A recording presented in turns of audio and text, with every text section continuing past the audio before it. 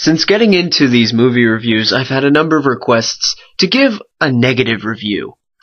While this personally will not be a purely negative review, Gladiator is definitely a film that disappointed me. Now, I'm aware that this movie has developed a huge cult following, and I'm probably going to piss a lot of people off with this review. So be it. Though, while I was disappointed by the movie, it definitely had its advantages. But on the whole, I had been expecting something better. I mean, seriously, this is the movie that brought back the age of epics to our cinemas. This is the movie that rejuvenated the interest in sword and sandal movies. This is the movie that gave Russell Crowe an Oscar, and it also gave Ridley Scott his career back. This probably would have also won Best Picture, but thankfully, some critics had their eyes open. And now that we're on the subject of Oscars, how the hell did Russell Crowe win that year? You expect me to believe that Russell Crowe could beat Tom Hanks in Castaway and Jeffrey Rush in Quills? There's no denying Russell Crowe did a good job. What Russell Crowe did well was that he gave us a cool-headed leader who could inspire confidence in the soldiers he was leading. Now, Russell Crowe was definitely deserving of an Oscar nomination with this performance, but to be honest, his performance was not the most memorable of that year. Looking back on the year 2000, there were two performances from that year that really stuck to mind much more than Russell Crowe's. One of them was given the accolades it deserves, the other was not. Both were better than Russell Crowe's performance. I'll start with the one that did get the awards it deserved.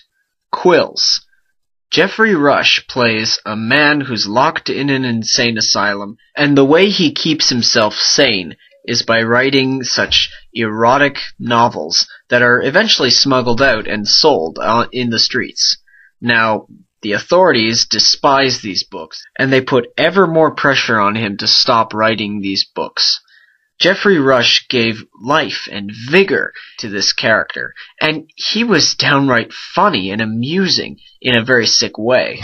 And speaking of funny in a sick way, American Psycho, the lead role played by Christian Bale. Christian Bale is one of those actors that just keeps giving us great performances. Terminator Salvation aside, in case you guys were wondering. I mean, seriously, this was one of the most crazy characters ever written down in literature, let alone put on film. Both Christian Bale and Jeffrey Rush had to go to much wider lengths than Russell Crowe to play their respective characters. The characters portrayed in American Psycho and Quills were far more interesting and also carried the film much stronger than Russell Crowe's did. Not that Hollywood's ever going to give Christian Bale his due Oscar. No. So, Russell Crowe's performance is one of the top things people seem to remember about this movie, so let's get on to the next one. The fights. Of course, like every sword and sandal epic, there have to be fights. My judgment, of course, is clouded by the fact that subsequent movies either gave much better battles or much worse battles than Gladiator. It really is hard to make a sure judgment on Gladiator's success in battles. So here's my crack at it. I personally detested the opening battle scene. I thought it was ridiculous and over the top. But the Gladiator scenes themselves were much better. Not only did the opening battle scene mess up with history, which is something I'm never too fond of, but it also just messed with reality. I mean, seriously, why bother calling them Germans? They're cavemen. If you're gonna antagonize a bunch of people, why do it in such a ridiculous way that it looks like the Romans have gone back in time to fight their own ancestors? And I've yet to figure out just how the Romans not only brought the ballistas into open battle, which they usually didn't do, but also find their own equivalent to gasoline to put on the rocks they're throwing. And all the while these supposedly fearsome warriors of the Germanic tribes just happen to stand there and have no battle strategy other than scream obscenities and wave their weapons in the air like they're the Sand People from Star Wars. But even more than how overrated it is and how historically inaccurate it is, one thing really bothered me about this movie. It sacrificed history and accuracy for propaganda use.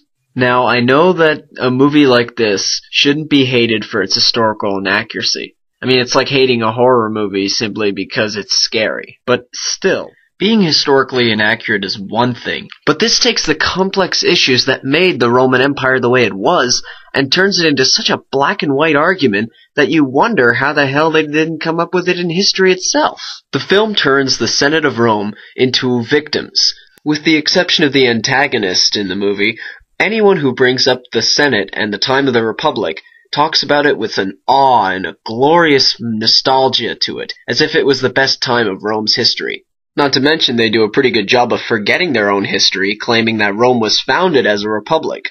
First off, Rome was started as a monarchy, and then it turned into a republic. Second off, the Republic of Rome was perhaps one of the worst examples of democracy of that time period. And far from the saintly image of them that were given in Gladiator, the Roman Senate was about as corrupt as any of the worst emperors in Rome's history, and would resort to violence to keep their status. In my personal opinion, as someone who studied Rome's history, I personally think it was more of an oligarchy than a democracy. But instead of addressing such issues of the Roman Republic where there was no secret ballot, or that only Roman landowners could be considered citizens, the movie just blindly hammers in Senate good, and anyone who opposes it bad. So now that I've covered some of the factual flaws and some of the flaws in its storytelling, I'm going to try and lay off about the historical inaccuracies of the movie, and instead try to judge it as a movie. But that will be covered in part 2 of this review.